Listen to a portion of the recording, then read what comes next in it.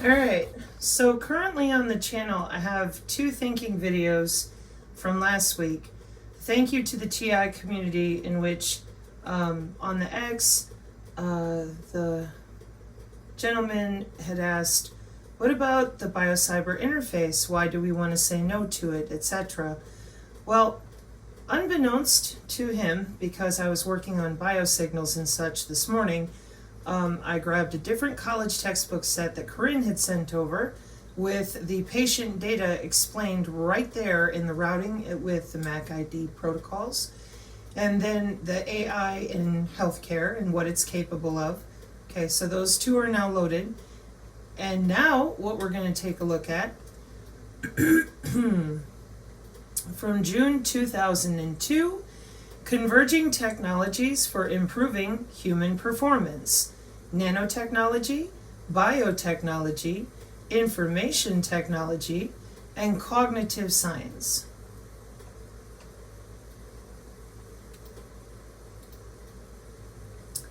And this is put together for the White House. Let me go back up here to the table of contents so you understand, okay? When the government decides, hey, this is how we're going to spend your money, people in the United States, they believe that they have a vote. Well, that's the National Science Foundation, see, in June 2002. Not 2022, no, 2002. Nano.gov is no joke.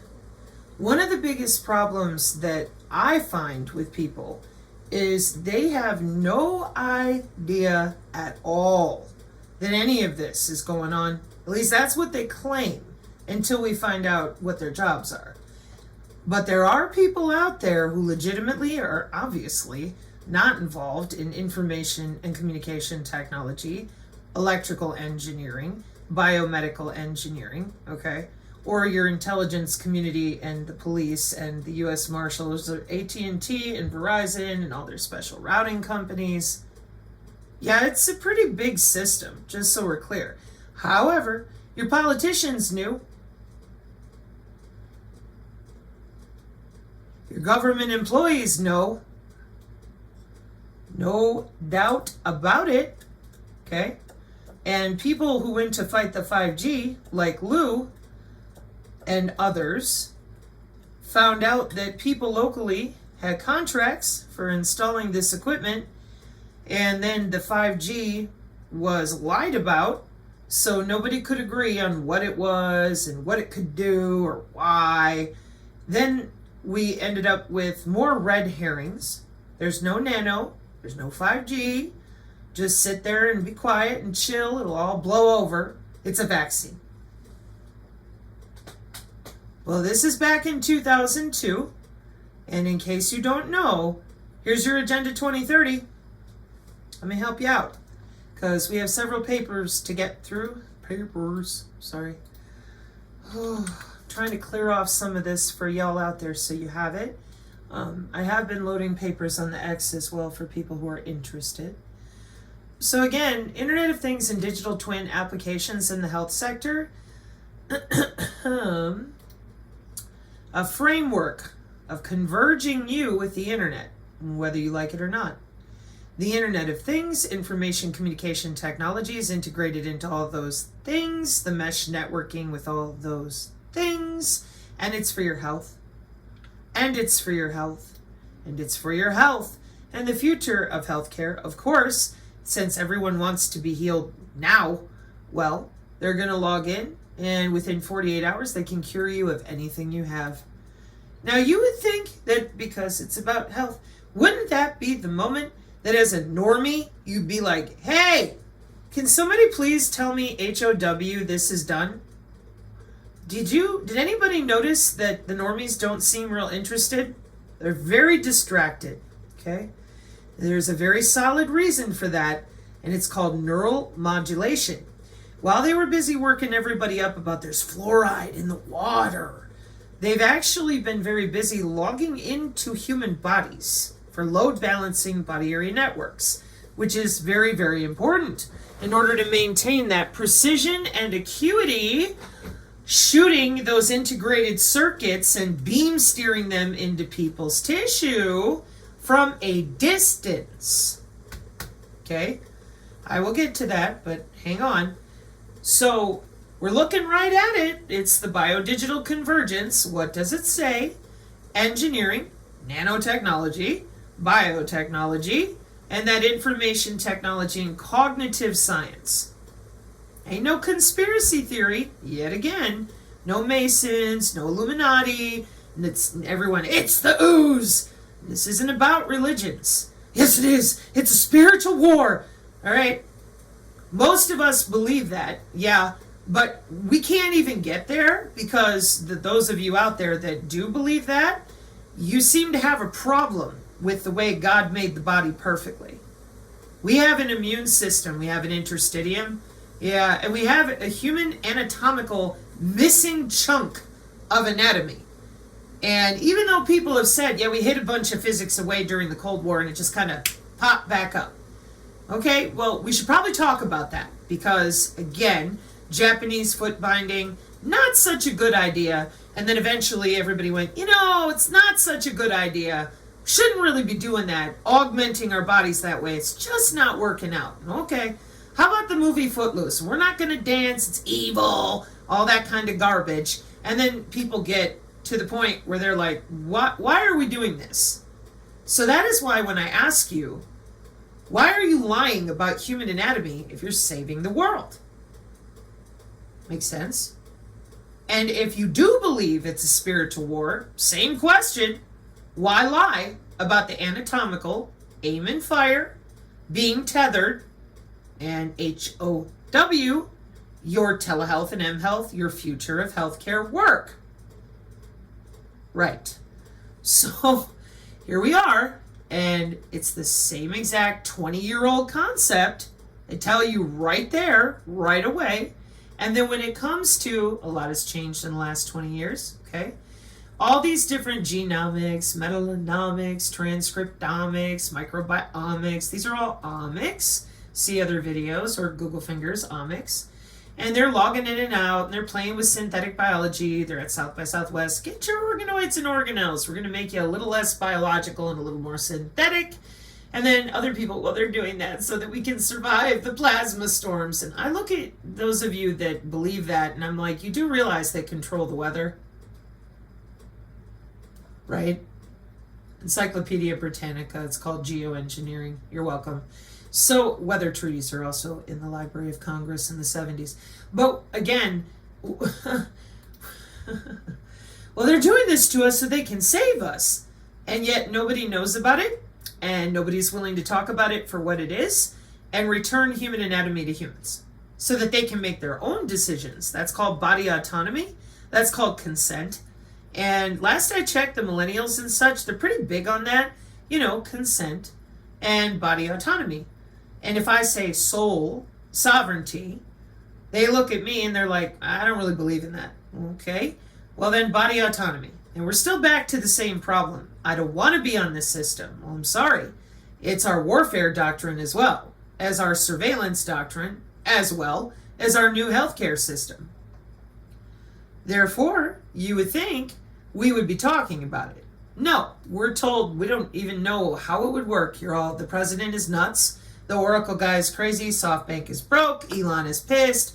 And we need to be wrapped up in, something about what the pastor said in Melania's dress. Meanwhile, back in 2002, here we are, converging technologies for improving human performance, nanotechnology, biotechnology, information technology, and cognitive science.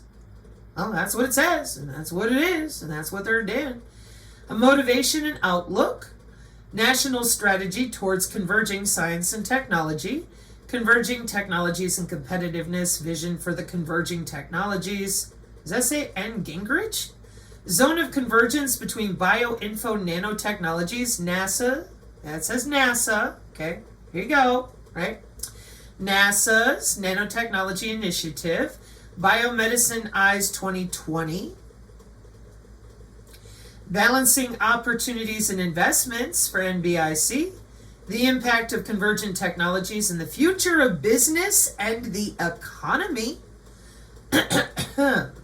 Coherence and divergence of megatrends in science and engineering. These people are very proud of themselves, so how come we can't get anybody to start talking about that NBICS? You know, nanobioinfocognosocio. Convergence to improve human performance. Sensor system engineering insights on improving human cognition and communication. Can nanotechnology dramatically affect the architecture of future communications networks? Spatial cognition and converging technologies. Visual language and converging technologies in the next 10 to 15 years and beyond. Sociable technologies enhancing human performance when the computer is not a tool but a companion. Visionary projects. Sociotech, the predictive science of societal behavior. Breaking the limits on design complexity. Enhancing personal area sensory and social communication through converging technologies. The consequences of fully understanding the brain. User interface Olympics, using competition to drive innovation. Accelerating convergence of biotechnology, nanotechnology, and information technology. Improving human health and physical capabilities. Statement, nanobiotechnology and what? What's it say? Life extension. What did I tell you? It's right here. Here we are again. More government documents from 2002. The nanobio connection and its implication for human performance. Gene therapy. Reinventing the wheel or useful adjunct to existing paradigms. Implications of the continuum of bioinformatics. Sensory replacement and sensory substitution. Overview and prospects for the future. Vision statement, interacting brain, focusing the possibilities of nanotechnology for cognitive evolution and human performance. Science and technology in the triple D, disease, disability, and defect. Do you people ever focus on doing something positive? Because you really, at this point, with as much reading as I've been doing, I'm starting to wonder. I told you, it's depopulation. Well, I would call it eugenics, because it is genetic engineering. That's eugenics. You know, those things that we said we didn't do here in America. Yet, here we are. Okay, back to the visionary projects for converging technologies for improving human performance. Brain-machine interface via a neurovascular approach. Let me just define that for you quick so you understand how antiquated Neuralink really is.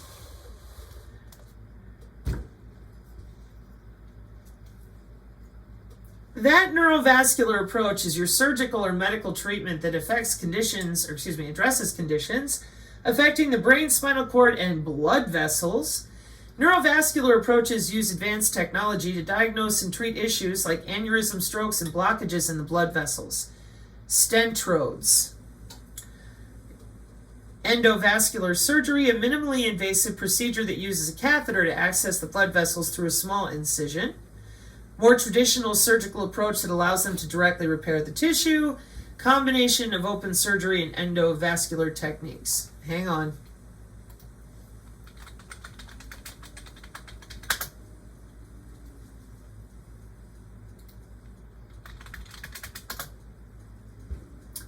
A synchron stentrode is a brain-computer interface device that allows paralyzed people to control external devices with their thoughts. It's a small, stent-like electrode array that's implanted in the brain's motor cortex through the jugular vein. Picking up signals.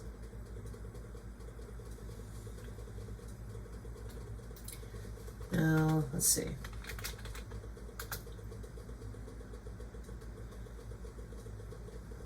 The development of the synchron stentrode, a brain-computer interface device, began around 2010 with an Australian neurologist and biomedical engineer starting work on the concept, making it roughly 13 years old. As of today, The first human implants were conducted more recently, 2022. Stent electrode recording array. Small stent electrode array permanently implanted into a blood vessel in the brain without the need for open brain surgery. It is in clinical trials as a brain-computer interface for people who are paralyzed who will use their neural signals or thoughts, their neural signals or thoughts to control external devices which currently include computer operating systems. The device may ultimately be used to control powered exoskeletons, robotic prosthesis, computers, or other devices. Oh, they wouldn't want that. No, surely, no, because nobody wants to regain those abilities, etc. And, it's always for the paraplegics. So,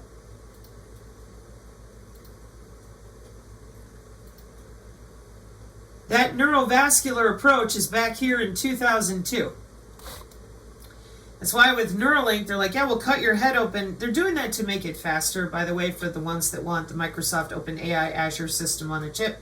And they embed a chip in your head.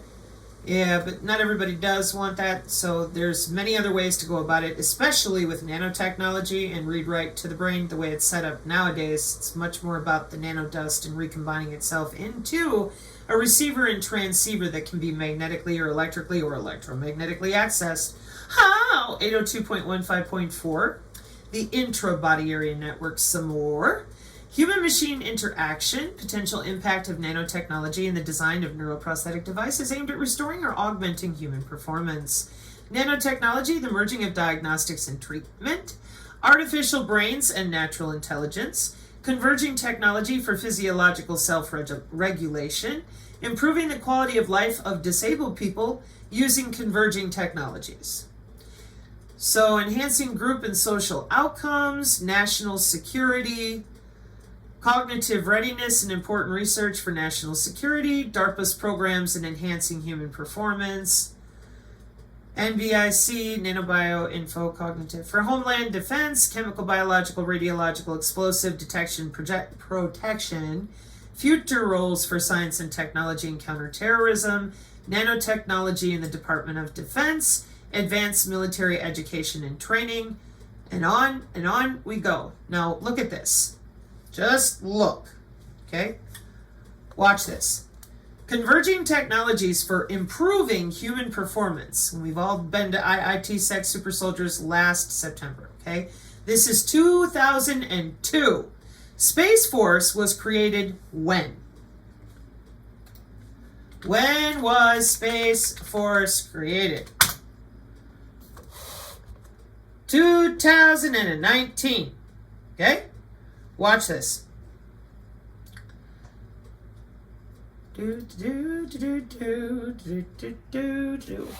Oh, what are you? Arrow. Yeah, the Arrow office. And then we're going to chase down all the aliens. Oh, that would be the engineered biological entities that you control with your little scooting around with your plasma orbs that you're creating in our natural biosphere of plasmonics. Especially given that you need craft that can go underwater, and when it gets high enough in our atmosphere, it ends up a lot more jelly-like with all the different plasma resurfacing, if you will, riding the jet stream in different ways that they are beam steering with those integrated circuits to create the effects that they want, when they want, where they want. And yet, there's your NBIC, Nano, Bio, Cogno, Info, Arrow, changing the societal fabric towards a new structure. Converging technologies for improving human performance. The integration and synergy of the four technologies, Nano, Bio, Info, Cogno, originate from the nanoscale, where the building blocks of matter are established. See, if we hid all our physics away real early on and throughout the Cold War, well, they didn't go away. They were hidden. So now we get to deal with hiding all this for all this time, catching up as best we can, and then figuring out what in the hell are we going to do about this. And that's why all of us have gone the route of education, because basically we couldn't believe that people wouldn't look up at the sky and admit geoengineering, even though it's in the Encyclopedia Britannica. and they use word games. The aura is fake, but the biofield is on the NIH. Bioelectromagnetics is the study of electromagnetism in the human body, but everybody crazy unless you're working for them. And there's no God, there's just Bill Gates. Because, we're just so stupid. We have no idea what consciousness is, what neurons do. Woe is us. Why don't we get everybody fighting over religions? Because we haven't done that before. Okay, watch this. So the integration and synergy of those four technologies, nano, bio, info, and cogno, originate from the nanoscale, where the building blocks of matter are established. This picture symbolizes the confluence of technologies that now offers the promise of improving human lives in many ways, and the realignment of traditional disciplinary boundaries that will be needed to realize this potential.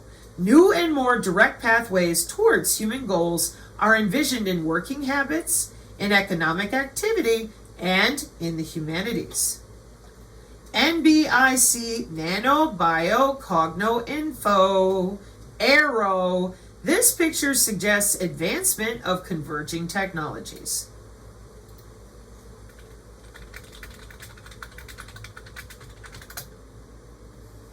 Wow. Amazing. With the whole Arrow office too, right? Yeah. Okay. So, let's see. I think I said, or I wanted to look at page 300 and something. Hang on. The challenges to life extension in developed and developing countries. Okay. So target groups, developed countries, aging populations only. Developing countries, all age groups. Quality of life problems, loss of strength and mobility, loss of mental sharpness, neurological disease, social isolation and poverty. Major causes of death and disability, cardiovascular disease, diabetes and complications, comorbidities, inflammatory diseases including arthritis, cancer, neurological diseases or impairment. In developing countries, quality of life problems, environmental lack of safe water, sanitation, disease-related loss of earnings, poverty, and major causes of death and disability, malnutrition, infectious diseases, parasites, and cardiovascular disease. Governments in the developed world, including the UK, Foresight Consultation Document in 1999, have started to develop an awareness of the needs of the increasingly aged populations they have and will have in the first half of the century. Major disease groups or medical conditions that are the major causes of death or disability in the aging populations of the developed countries of the world have been identified. For example, according to the WHO in 2000, in 1999, around 30% of deaths worldwide were caused by cardiovascular disease and 12% by cancer. The problems of the developing world are quite different, and it might be argued that unless life extension in this environment is addressed by those who have the technology and wealth to do so, then the stability of developed societies worldwide will be affected.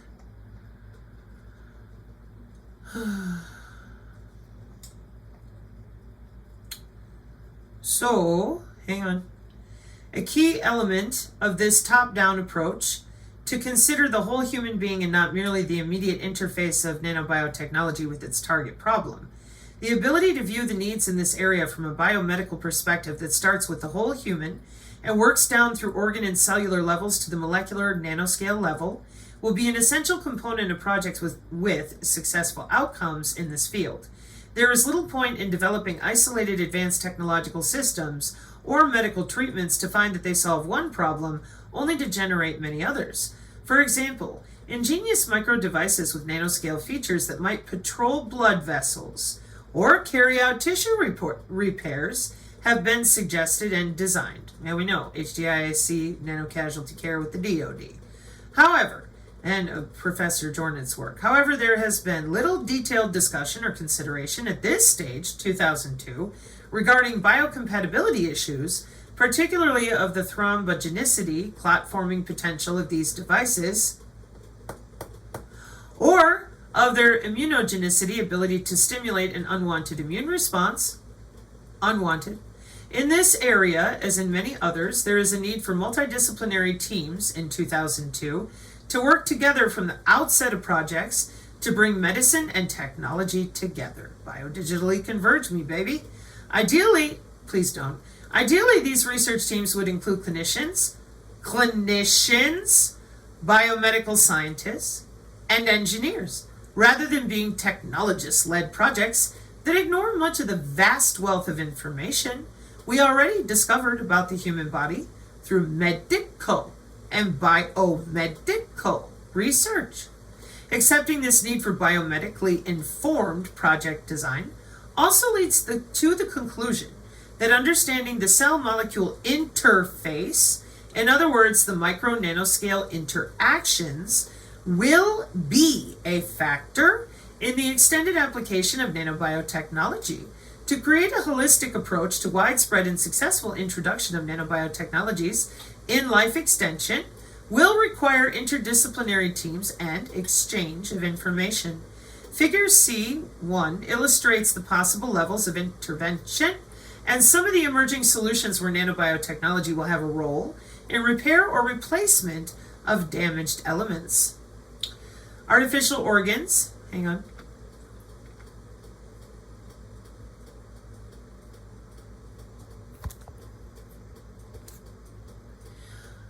Improved joint replacement, non-invasive and invasive diagnostics for rapid patient monitoring, cognitive assist devices, targeted cancer therapies. Artificial organs, sensors for in vivo monitoring, in vivo, in situ, in place of origin, inside you, in vivo. Localized drug delivery, wireless drugging, Nature journals. Neural stimulation, cardiac materials and therapies, improved cell material interactions, scaffolds for tissue engineering, genetic therapies, cell aging, stem cell therapies, localized drug delivery, this is at the molecular scale, so we went human, organ, cell, molecule. Localized drug delivery, gene therapy devices, self-assembly structures, fast diagnostic techniques. Oh, they don't know. Oh, nobody got paid, nobody was working on it, it's so compartmentalized. People, come on now. Come on. This is a very large engineered system of controlling humans using the anatomy they don't even know they have, bullying them with religion or aliens, blaming it on the AI or the rain. They're the ones holding the logins. They're the ones logging into bodies. They're the ones going to work and doing this to other people. There's not some magic supercomputer that's going out there and doing this to everybody. They use these systems to do this to everybody. So the need for a holistic approach, some specific problems. As previously stated in 2002, there are a number of identified medical challenges that might benefit from intervention with nanobiotechnology. Many of these are long-term problems that have not been resolved by current technological or medical solutions. The following section is intended to briefly introduce some of these problems. The human materials interface. Many of the disease conditions in the human body and deaths during surgical intervention can be traced to the body's inbuilt ability to react to foreign materials or wound sites through that cytokine storm, its inflammatory response. In normal disease or wounds, this ensures the proper activation of the immune response or of a clotting response from coagulation factors in blood. In extreme conditions or at a chronic wound site, the cascade reaction triggers a full inflammatory response that is harmful to tissue. In cardiovascular surgery, for example, reaction to physical intervention and surgical materials can lead to systemic inflammatory response syndrome, and in small percentage of cases will in turn lead to multiple organ failure and death. The appearance of an inflammatory response following blood contact with a biomaterial can be readily measured in the molecular markers that are generated during the response, such as cytokines.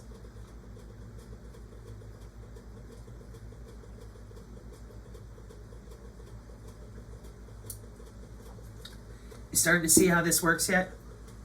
I'm serious.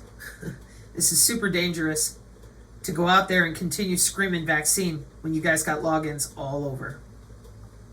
The appearance of an inflammatory response following blood contact with biomaterial can be measured in the molecular markers, molecular communication with MIT since 2011, that are generated during the response, such as cytokines. Actually, I think MIT is 2015 forward, but double check.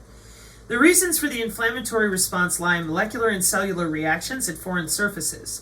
Nanobiotechnology could contribute to this field both in terms of increasing the understanding of how the nanoscale events take place on particular materials, cue our terahertz video, and in terms of creating new, more biocompatible surfaces for use in surgery. Welcome to BioBricks and protein folding and micro devices for cell electrode interfacing for both cardiac and neural cells, artificial organs and tissue engineering. Significant amounts of time, money, and research effort are being directed to the field of tissue engineering for skin, cartilage, bone, and heart tissue regeneration or repair, as well as for other types of tissue. In 2002, biopolymer scaffolds are the material of choice for the seeding of cells to grow replacement tissue at the macro or fiber level. Much is known about these scaffolds, but little time has been devoted to the nanoscale effects of topography or surface molecular treatments that could be influenced by nanobiotechnology. Genetic techniques. The explosion in the field of genetics has led to the availability of a range of diagnostic tests for predisposition to illnesses, including cancer. Although final expression of many illnesses may have strong environmental factors that must be taken into account, together with the possibility of gene therapy for specific diseases, this offers new hope of life extension to many people. For example, hereditary lung conditions such as cystic fibrosis are being targeted by gene therapy to replace missing or deficient genes. 1998. Study of how cells age is being taken up by many research groups, and again in 2002, offers hope for many potential victims of cancer and degenerative disease. They're doing great, aren't they? They're under everybody's skin. They're playing around to having DNA parties, according to our divine lady with the red phone. Everybody else thinks that when the president gets up there with the Oracle guy, who they're blaming for everything, but then again, they keep claiming it's not here, it's not real, we don't know what we're doing, for 20 years? That's without dragging you over to nano.gov so you can see how old a bunch of this is. Okay? We got problems. Because again, nobody went home to the dinner table and said, honey, what do you actually do at work? So then when Trump was like, here, tell them what you're going to do. We're going to cure cancer in 48 hours. And then we got Santa Claus Malone. Making excuses for covering up for the censor hunters. And all this software and hardware and all this testing with a human genome project, visible human project. Multiple scales of biological activity and form comprise the entire organism. The continuum of bioinformatics is an information system that includes and can correlate information from all these scalar of data. Though not shown in the figure, the aggregation of individual data into societal data, those would be your massive data sets. You've been feeding your digital twin everything you do, as in the form of healthcare statistics, is extremely valuable, since it places the individual's data within the context of society as a whole. Well, there's your, I'm going to send to where your city structure can have a relationship with you, and if you piss off your neighbors, your behavior will change through your tissue, that intra-body network you didn't ask for. Isn't that nice? And they won't ask you permission. It's an algorithm, which is smarter than you. So it works on its own, very machine to machine as well. Isn't that great? Affinity microarrays, DNA sequencers, electrophoresis. We don't know what we're doing. It just never ends. Electrophoresis is a laboratory technique used to separate DNA, RNA, or protein molecules based on their size and electrical charge. An electric current is used to move the molecules through a gel or other matrix. Well, I'll tell you, we've seen this at the iGEM students. They have a happy, fun time with that. DNA sequences, okay. Mass spectrometry. What are we looking at here? Tools required to capture human biological information at different levels of scale. So we got DNA sequencing, electrophoresis, affinity microarrays. What are those? This is called defining terms. Okay? Microarrays are used to study protein to protein and protein to DNA interactions. They can be used to identify potential drug targets, biomarkers, and to screen for antibodies. Sabrina, what is that? Wetware? What? Watch. So here on the channel, we're like, hey, are you going to tell people about your cute little cell phones that are using software called wetware that logs into people's biosensors? No. It's using the same phase array systems we're using for missile defense on that millimeter wave.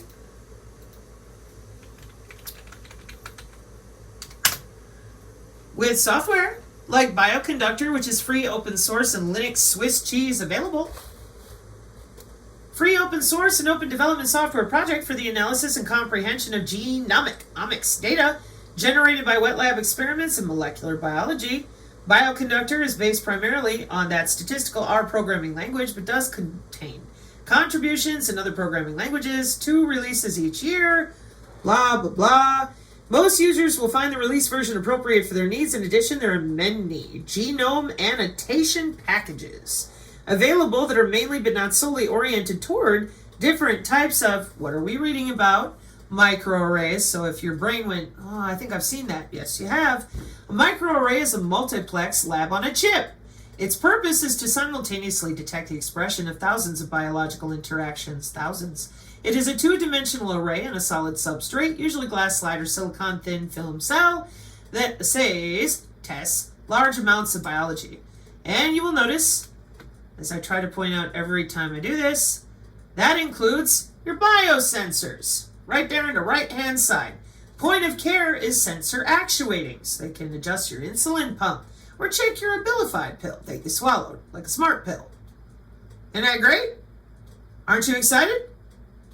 I can tell you're very, very excited. Let me show you how it connects in the wireless, again, for those of you who might be new, and for those of you who are not. Here we go, back to 802.15.4. There she is. We're going to log into that there millimeter wave on the 802.15.4. Not a problem. At the physical layer of the body area network. And what is that called? Your skin. Next paper, scientific reports emission from human skin in the sub-terahertz frequency band. Hang on. Make it a little easier to read here. Okay. Recently published radiometric measurements of human subjects in the frequency range 480 to 700 gigahertz demonstrate the emission of black body radiation from the body core rather than the skin's surface. We present a detailed electromagnetic simulation of the dermis and epidermis. Taking into account the presence of the sweat duct, this complex structure can be considered as an electromagnetic biometamaterial, whereby the layered structure, along with the topology of the sweat duct, reveals a complex interference pattern in the skin. The model is capable of accurately representing the skin grayness factor as a function of frequency, and this is confirmed by radiometry of the living human skin. Modern healthcare greatly benefits from non-invasive diagnostic techniques, especially if they are passive. Yet there are surprisingly few methodologies for this. Beyond visual inspection, some work has been done on thermal imaging, facial recognition, and even using Doppler radar to monitor heartbeat. Zoom in real nice and close on that. Sorry for the sunshine, but I'm enjoying it today. Oh, Doppler radar to monitor the heartbeat. That's right. That's what I was showing you in the last videos and many others over on Synergy channel on Rumble. However, the avenues for such monitoring are restricted by what can be emitted via human skin. Recently, radiometry experiments on human subject has revealed that in the sub-terahertz frequency band, 480 gigahertz to 700 gigahertz, the emitted signal can reflect the level of stress experienced by the person. This work suggested the body core temperature is a source of black body radiation that was modulated by its passage through the skin. To understand better the nature of transmission through the skin, one can use a simulation model. In this work, we perform analysis of electromagnetic response of the human skin in the frequency range of 500 gigahertz up to 700 gigahertz by studying the simulated transmission coefficient in this frequency range. Now, normies, I'm helping you out here by not stopping and reading all these different mathematical symbols and sigils, seals, your variables. And the reason that I do that sometimes is because I'm already reading out a bunch of terms that you're probably not all that familiar with, and I don't want you to feel like you're drowning in acronyms like I always do. So I try to either say the entire word rather than the acronym, and like right there with S21, whatever it is, I just don't bother. If you want to know, and if you're somebody who is from biophysics, biomedical engineering, etc., well, you go right on ahead. Nobody going to stop you. But for the normal people out there and people who are trying to learn, that's our skin. That's the physical layer of computer networking through the human body. Okay? All right, here we go. So, we're looking at the electromagnetic response of the human skin in the frequency range of 500 gigahertz up to 700 gigahertz by studying the simulated transmission coefficient in this frequency range. Using this approach, we clarify what part of the black body radiation passes the human skin to the outer world and what part of the skin, considered as a layered system with non-flat boundaries, is the dominant component in this mechanism. The simulation work is based on an electromagnetic human skin model that was developed in-house. The new model optimized for the current analysis contains two sections of the sweat duct, the upper epidermal coiled outlet duct and the dermal duct outlet, which was previously ignored. In the interaction of microwave radiation and human beings, the skin is traditionally considered as just an absorbing stratum sponge filled with water. In 2008, we demonstrated that such a view is inconsistent for the sub-terahertz band. Human sweat gland ducts are coiled in the epidermis, and given their geometry, dimensions, and electrical properties, could be regarded as electromagnetic entities. We demonstrated that the sweat duct could have electromagnetic behaviors reminiscent of helical antennas. Definition, please. Survey says, a helical antenna is an antenna consisting of one or more conducting wires wound in the form of a helix. Fascinating. Oh, okay. Give me back my paper. Bring back my show. Experimental evidence was presented that the reflectance of the human skin in the sub-terahertz region strongly depends on the level of activity of the perspiration system. Additionally, it correlates with the physiological stress as manifested, e.g., by the galvanic skin response, pulse rate, and the systolic blood pressure. Recently, we modeled the skin's reflectance to an impinging sub-terahertz field using our model based on the dimensions and dielectric parameters of the skin layers and structures like the sweat duct.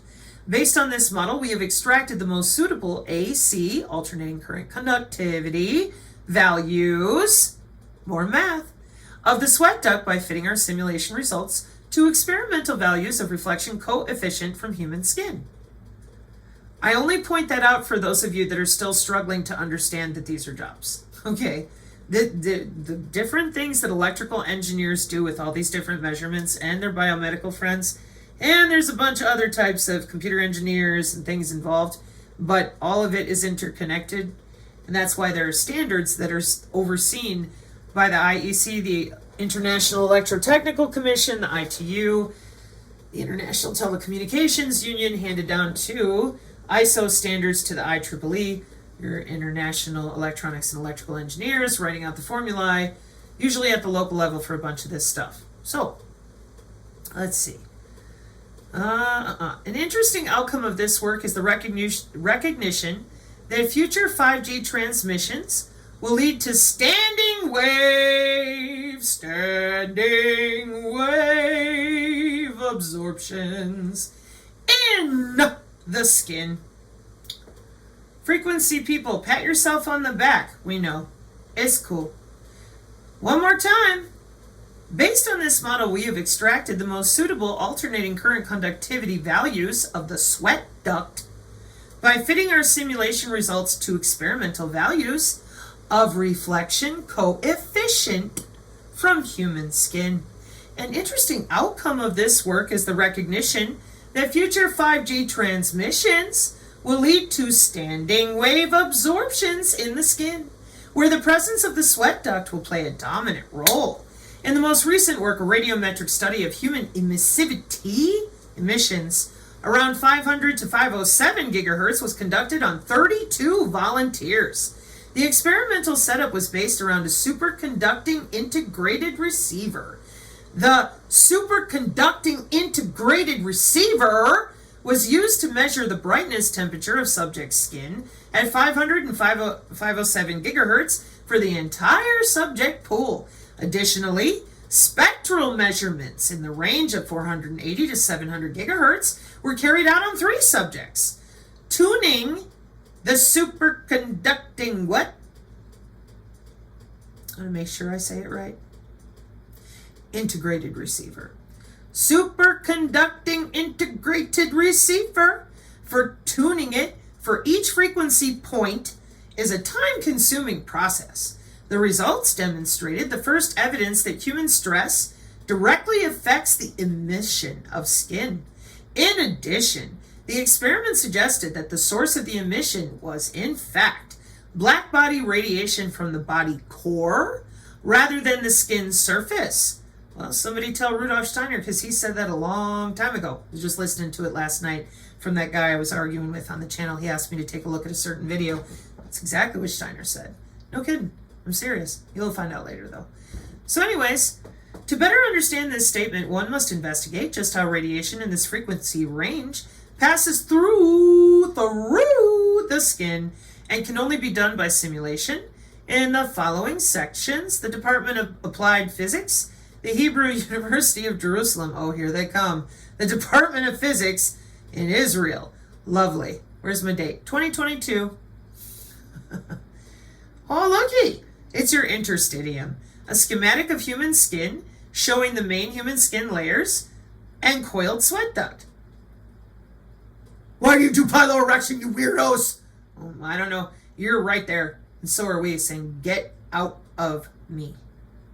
Some of us can actually control the electromagnetism of our own body and our own bioelectricity, and we're rather uppity about this because you guys are always trying to get in the way with your nano things and electrocuting people while they're walking through their house. And we're like, y'all can't find different jobs to do?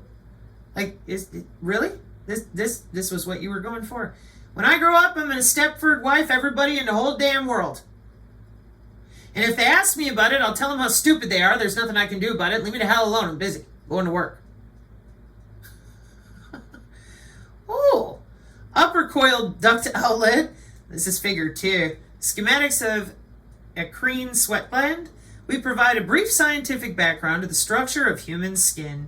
The human skin model described, and finally, the simulation results, discussion, and conclusions are presented. Human skin anatomy. Human skin consists of 3 main layers, epidermis, dermis, and subcutaneous fatty layer.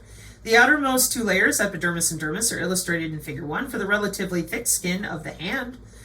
Our skin contains 2 to 5 million eccrine sweat gland ducts, each of which consist of 3 main parts. Well, it's about secretions, but secretory, because I don't think it's secretory department, the dermal duct outlet, and the upper coiled outlet duct. And I'm not sure if I'm saying that right either, but the eccrine sweat glands are located at the bottom of the dermis and are deployed throughout the skin. Optical coherence tomography, Synergy Techmetric PDF, imaging of the human palm. Now we're palm reading. has revealed that the sweat duct in human skin is coiled in the epidermis layer with a mean diameter of about 90 and a mean thickness in the epidermis measured on a sample size of 32 subject, and the epidermis can be divided into sub-layers. This depends on different areas of the skin, but is usually between 4 to 5 in number. Okay, let's keep going here for a moment.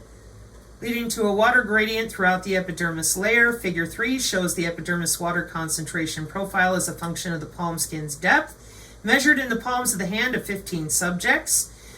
The measurements were made in vivo. Here, Raymond MATLAB with their human frequency bands, and Riemann resurfacing with Raman spectra since the 30s, were obtained at different depths below the skin using a confocal Raman spectrometer. The average depth of the epidermis was 173 with a standard deviation of 37. Reproduced Egawa, copyright 2007, advanced in dermatology and venereology. It was shown that the helical structure of the human eccrine sweat ducts together with the dielectric properties of the human skin has electromagnetic properties that resemble to those of passive low Q factor helical antennas. Hey, the human body makes a 6G antenna. The human body communication is the best antenna. Okay, you want to start doing that math? Or do you want to call me woo-woo some more? I'm just curious. Or anybody else that's doing the reading on this for real. Huh! You gotta be kidding me. The amount of testing that they've done for the millimeter wave to do the actuation on your insulin pump. Okay, just to give you an example. And you're surprised by what Trump drug them out there to make them talk about? We're not. For almost 3 years now. Starting to see why? That's called mathematics. No, it's just some random white paper. They were just testing in a laboratory. Nope. We have computer models, and a lot of this is old. You should look up how old galvanic skin response is. So, I got to drag you back to 2002. Let's jump back over there for a minute. Because remember, we were looking up words. Mass spectrometry. Oh, there it was. Bioassays. We know those are in the FDA Modernization Act. Fluorescent probes. Quantum dot. Yeah, well, they're not the only ones that fluoresce. Digital imaging. Tissues. Digital imaging. Hyperquantitative analysis. Organism. Digital radiology. Yeah, they left the hospital with all that so they can do it wirelessly. Chemistry data and your electric health records. Aggregated healthcare records. Ideally, information at all levels of scale would be captured from the same individual and then aggregated into a societal record. Since this is impractical, aggregated information will most likely be used, and this will grow richer over time. Oh, we know. Hang on. I'm trying to get to a different area that I wanted to look at.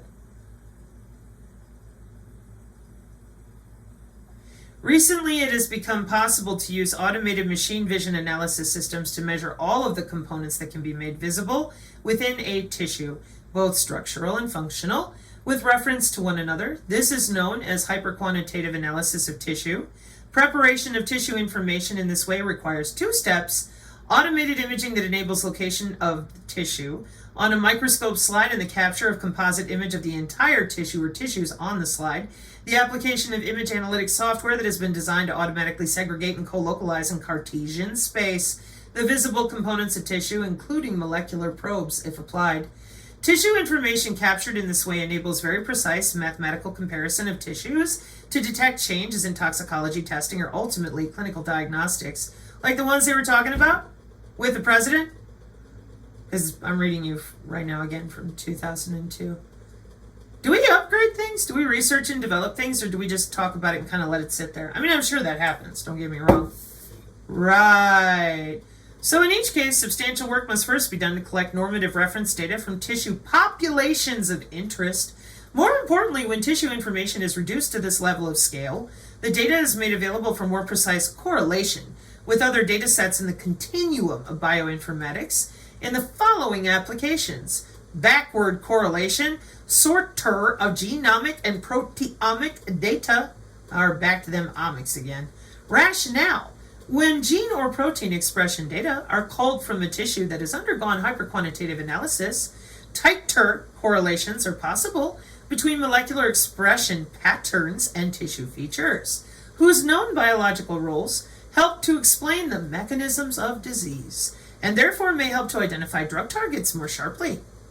Forward correlation, stratifier of diagnoses with respect to prognoses. Rationale: when tissue information is collected along with highly detailed clinical descriptions and outcome data, subtle changes in tissue feature patterns within a diagnostic group may help to further stratify prognoses associated with a diagnosis and may prompt more refined diagnostic classifications.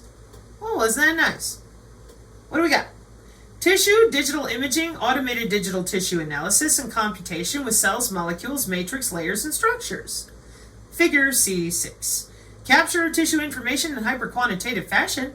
All components of the tissue that can be made visible are located simultaneously after robotic capture of slide-based images. This step automates the analysis of tissue, putting it immediately into a form that enables sharing of images and derived data. Oh. Data available for rich digital correlation with other data sets, including genomic and proteomic. Yeah, pathogen access control system. Isn't that nice? Okay. And look who we got again. The Yetis and their academic people, I was going to say educationalists, academicians is what they call themselves these days. Your industrial applications like medical device development, like Medtronics and stuff too, right? And then your government applications, population epidemiology, disease tracking, and healthcare cost. What is population epidemiology? I mean, I know what it is, but I'm going to give you a nice definition. Oh, the study of the health of populations. That'd be everybody. Including how diseases spread, how to prevent them, and how to improve population health. It's a key part of public health and informs policy decisions and medical treatment. Awesome.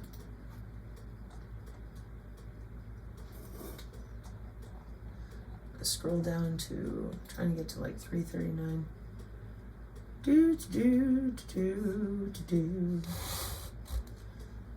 Back to the 90s. Nanotechnology and information technology can be invaluable for the development of future optical cognitive instruments. Nanobiomarkers targeted for cerebral function representing biomolecules will enable us to pinpoint the areas responsible for various cognitive activities as well as to diagnose various brain disorders.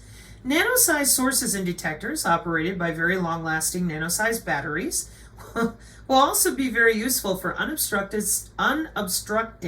studies of brain function. It is important to acknowledge that in the process of taking cognitive function measurements, the instrument itself or the person who conducts the measurements should not or should minimally interfere with or distract the subject's cognitive activities. The ultimate optical system for cognitive studies therefore requires wireless instrumentation. It is envisioned that once nanotech and IT are fully incorporated into the optical instrumentation, the sensing unit will be very lightweight, disposable Band-Aid sensor detector applications or hats or helmets, having no external connection.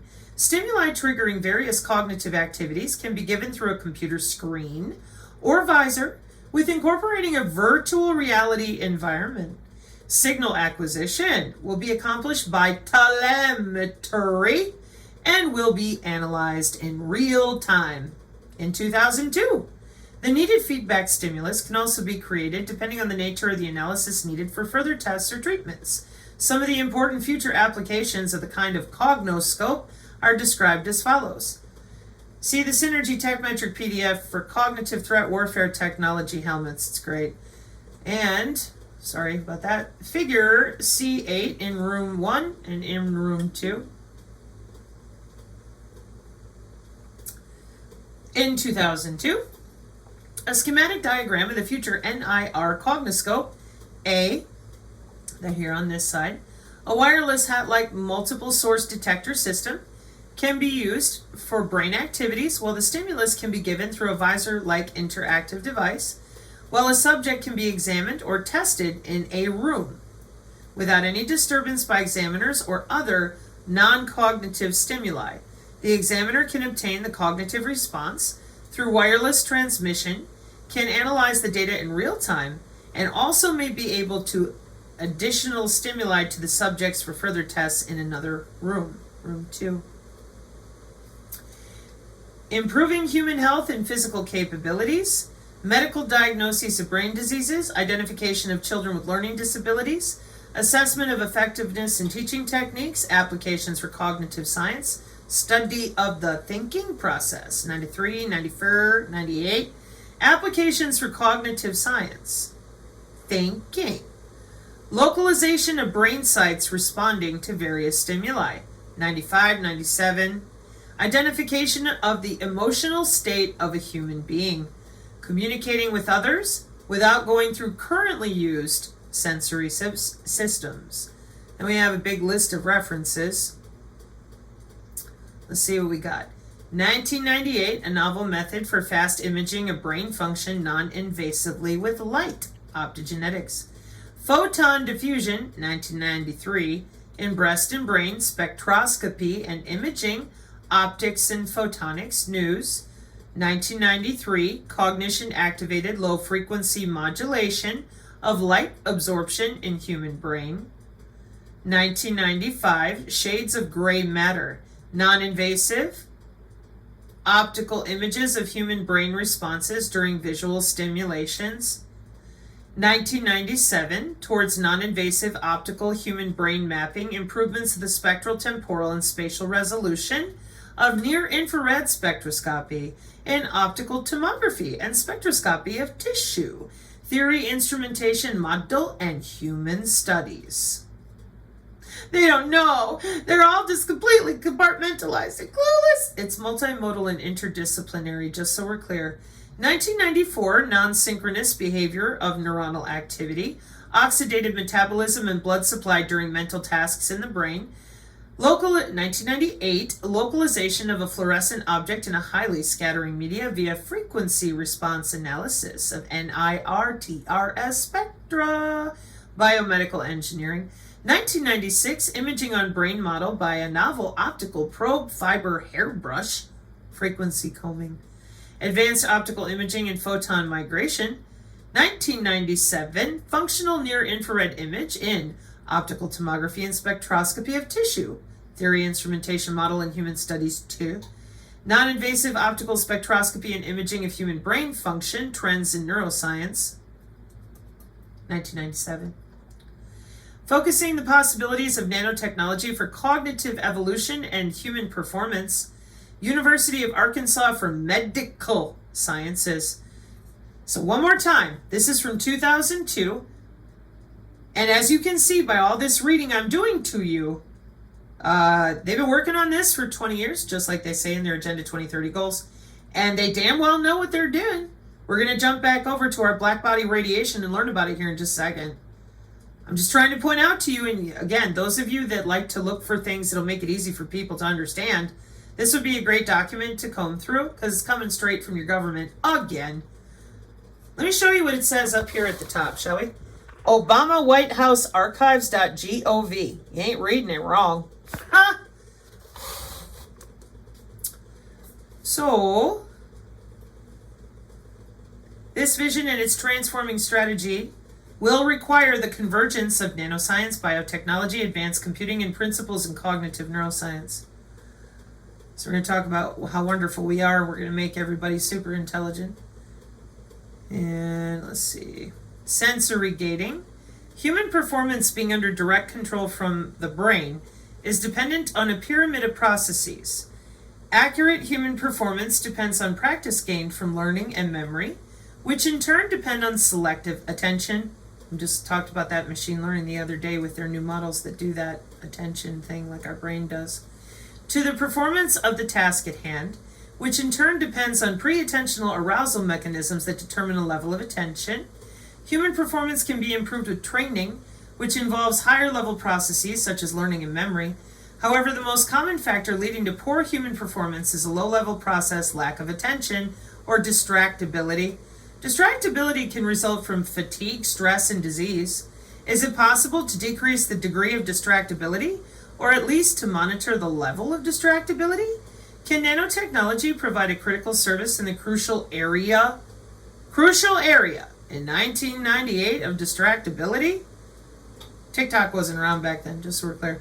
The National Research Council Committee on Space Biology and Medicine has concluded cumulative stress has certain reliable effects, including psychophysiological changes, related to alterations in the sympathetic adrenal medullary system and the hypothalamic pituitary adrenal axis, hormonal secretions, muscle tension, heart and respiration rate, gastrointestinal symptoms, subjective discomfort, anxiety, depression, changes in sleeping, eating, and hygiene, interpersonal friction, and impairment of sustained cognitive functioning.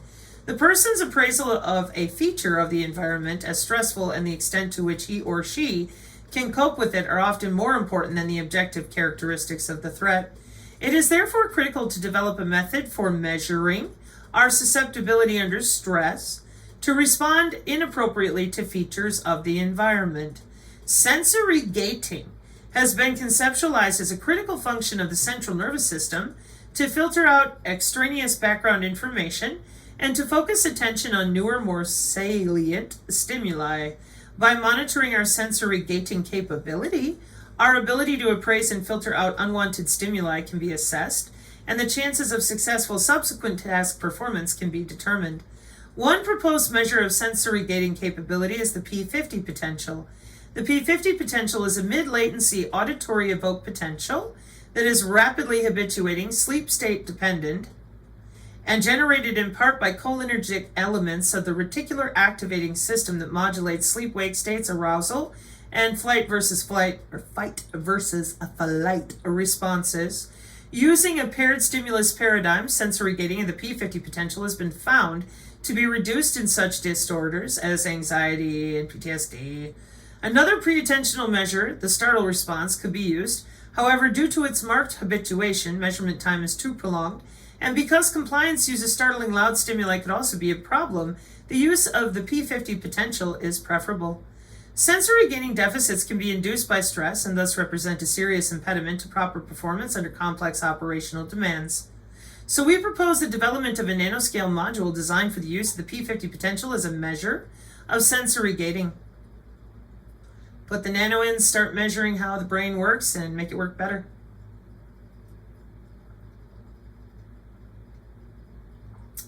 A.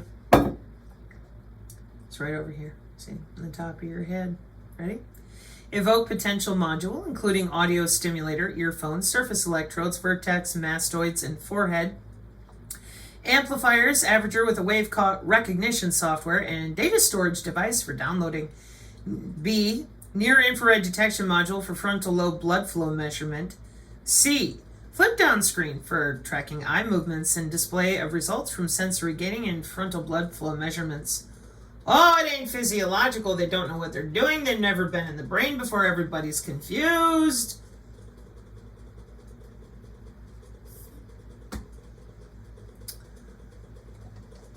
And as I have attempted to ensure y'all understand, lots and lots of jobs. Lots of jobs. Because doesn't everybody want to not be sick and live forever? Well, maybe not live forever, but certainly we don't want to be sick. Neurointeractive artificial brain / human brain interface for neuroprosthesis enhancement. Intrasomatic biofeedback vision. Okay, where's my 330? Hang on. Yeah, we just passed the halfway point. This document is insane. It's a great layout, though. You know, like, it's good. Okay, a vision for aircraft for the 21st century. Yeah, they need to buy a couch. The airplane will soon be 100 years old. Over that period of time, it has evolved from the cloth and wood biplanes. Yes, thank you.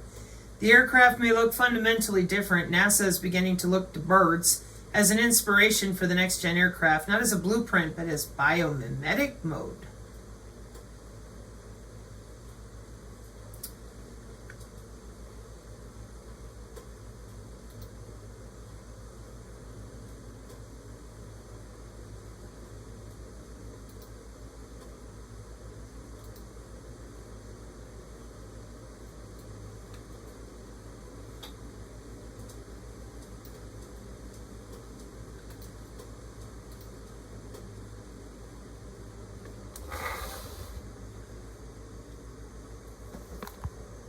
No, you took away my picture. I was doing research like I seemingly always am, and while I was looking around at some things,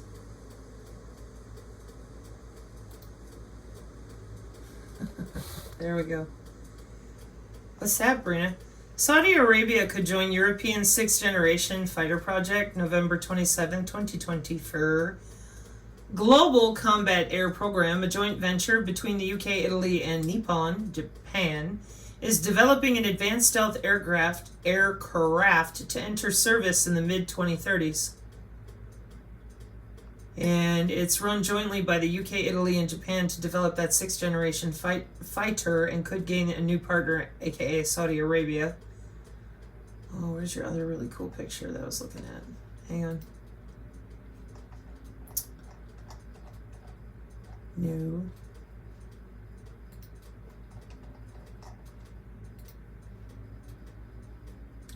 She really slick. There we are.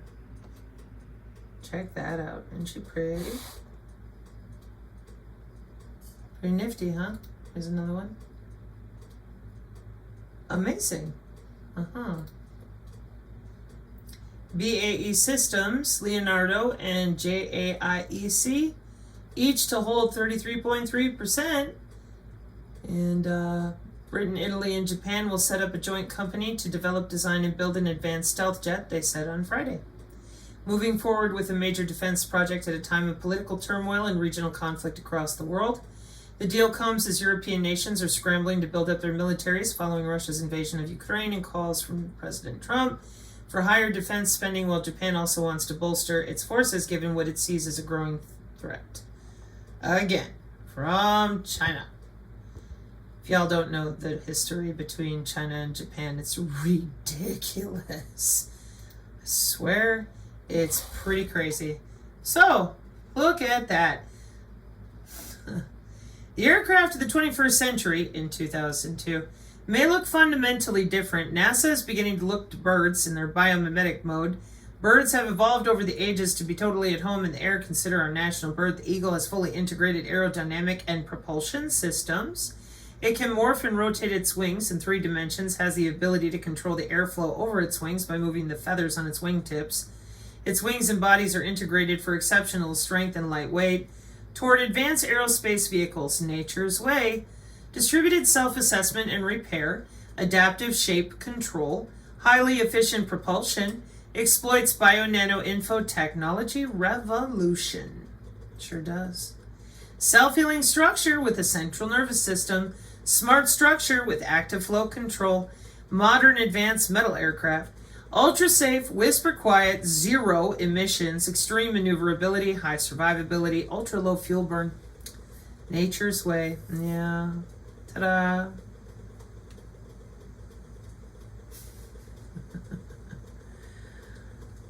Where's your flux density? How would you know? Whole family. For real. Distributed vector propulsion, active flow control, and your sensor technology. Like I said, scoot, scoot, scoot, plasma orbs. Embedded distributed computing elements, SOSIMOS, OSA, CMOS, and phase. Integral active shape controlled devices. Yeah. The key to achieving, that's why that guy was obsessed with the metamaterials, in my opinion. Just an opinion.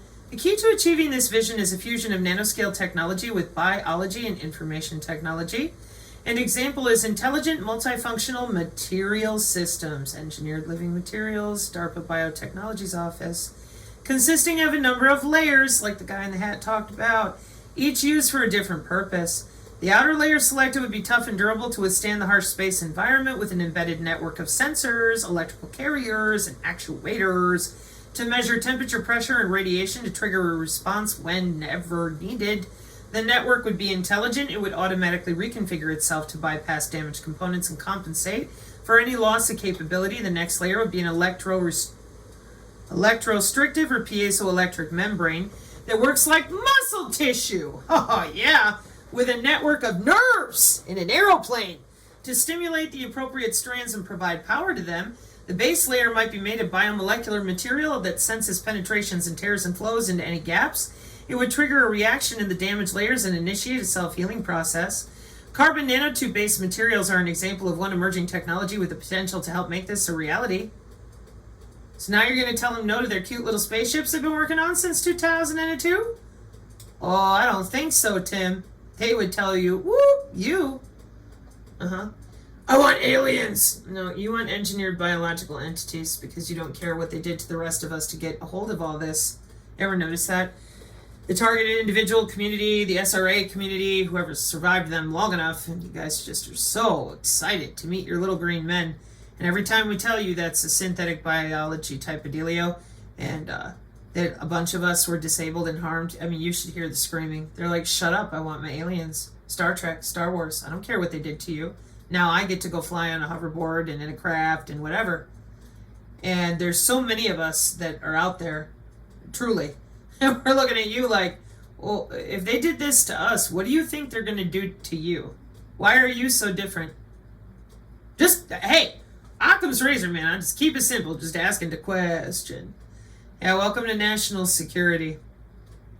Investment in convergent nanotechnology, biotechnology, information technology, and cognitive science is expected to result in innovative technologies that revolutionize many domains of conflict and peacekeeping. We are entering an era of network-centric combat. Oh, there she is again. In information warfare, increasingly combat vehicles will be uninhabited, and robots or other automated 3009 systems will take on some of the most hazardous missions. Effective training will make extensive use of augmented or virtual reality. We know nanotechnology will offer reliable means for detecting and protecting against what? CBRN, chemical and biological agents. But you couldn't stop a Wuhan bat in China? Incredible. Nanotechnology will offer reliable means for detecting and protecting against chemical and biological agents, except bats from Wuhan. Damn it, it should be inserted right there. Somebody should have told them. Convergence of many technologies will enhance the performance of human warfighters and defenders, in part through monitoring health and instituting prophylaxis, and through magnifying the mental and physical capabilities of personnel. The Defense Science and Technology Strategy, in 2000, seeks to ensure the warfighters today and tomorrow have superior and affordable technology to support their missions and give them revolutionary war-winning capabilities. Lovely. Changing the face of war and how we prepare for war. National strategic goals. Data linkage, threat anticipation and readiness. Uninhabited combat vehicles. CBRE, warfare training, warfighter systems. Okay. The warfighter is subjected to periods of intense stress where life and death decisions must be made, with incomplete information available where the physiology of fatigue and pain cloud reason, and where supplemental technology must compete with the 120 pounds of equipment weight they carry. Nanobioinfocognitive technologies can address all of these aspects of warfighting. Nanotechnology holds the promise to provide much greater information, connectivity, and risk reduction to the warfighter. The continued miniaturization of electronic devices will provide 100 times more memory, with less bulk and weight, a terabit of information in a square centimeter. Processing speeds will increase to terahertz rates. Displays will be flexible and paper thin, if not replaced by direct write of information on the retina. Let's try that again, shall we?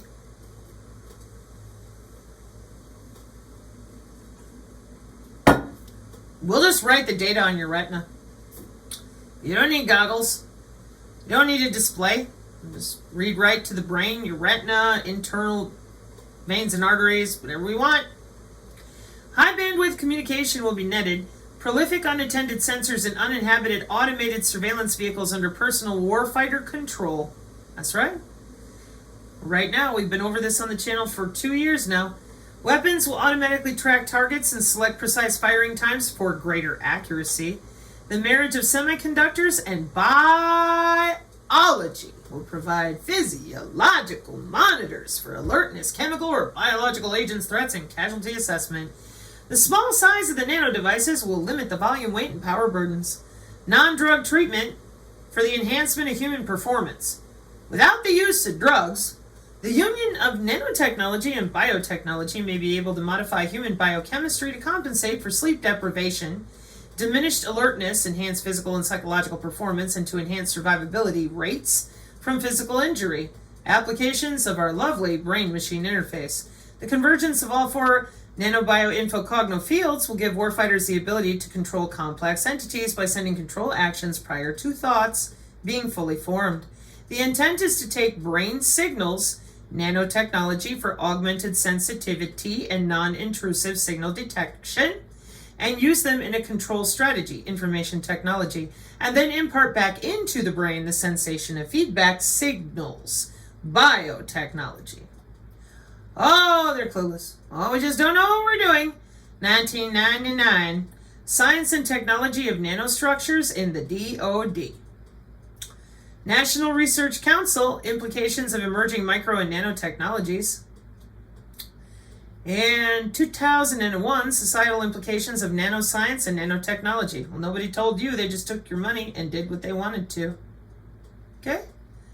So now, we've looked at a pretty fighter jet, and we've looked up a bunch of words. We're going to bounce back over here and talk about black body radiation, because it was shown that the helical structure of the human sweat ducts, together with dielectric properties of the human skin, has electromagnetic properties that resemble to those of a passive low Q factor helical antenna. Human bodies make the best 6G antenna. The resonance frequency of such kind of antenna can be estimated using the following equation. Where is the velocity of light in that free space optical? R is the radius of the coiled duct, and that is the effective dielectric permittivity of the dermis, calculated using a mixture formula as follows. You're reading Greek with me here? Isn't it great? It doesn't exist. What are you talking about? Nobody uses the skin. I worked at the NSA. No such agency. Never speak aloud. You know, you might want to catch that second one. Become a stoic and just let it go, man. Just let it go. When the Disney Channel is smarter than you, you should really just stop, because you're not ahead. So anyways, the dielectric permittivity of the dry biological structural components and is estimated to be approximately 2.2 is the dielectric permittivity of water, and that is the volume fraction of the water component. The details of the mixture formula application are specified in the natural distribution in both individual coil diameter of your sweat ducts, and water content was shown to lead to an uncertainty of 10% in the value. Human skin black body radiation in the sub-millimeter range. The thermal signature of a human being is familiar image today. Indeed, the human skin temperature of approximately 32 degrees Celsius leads to an equivalent black body spectra in the infrared. The brightness temperature is the temperature of a black body in thermal equilibrium with its surroundings. In order to duplicate the observed intensity of a gray body object at frequency, this concept is used in radio astronomy, planetary science, and materials science. No Illuminati, no conspiracy theory, nothing, just materials science. Doesn't it feel good to not be surrounded by a bunch of people squawking, squeaking, and making shit up for money? The spectral radiance of a black body at temperature T and frequency F, according to Planck's law, is given by, I see the ohm symbol in hertz down there, do you? Huh?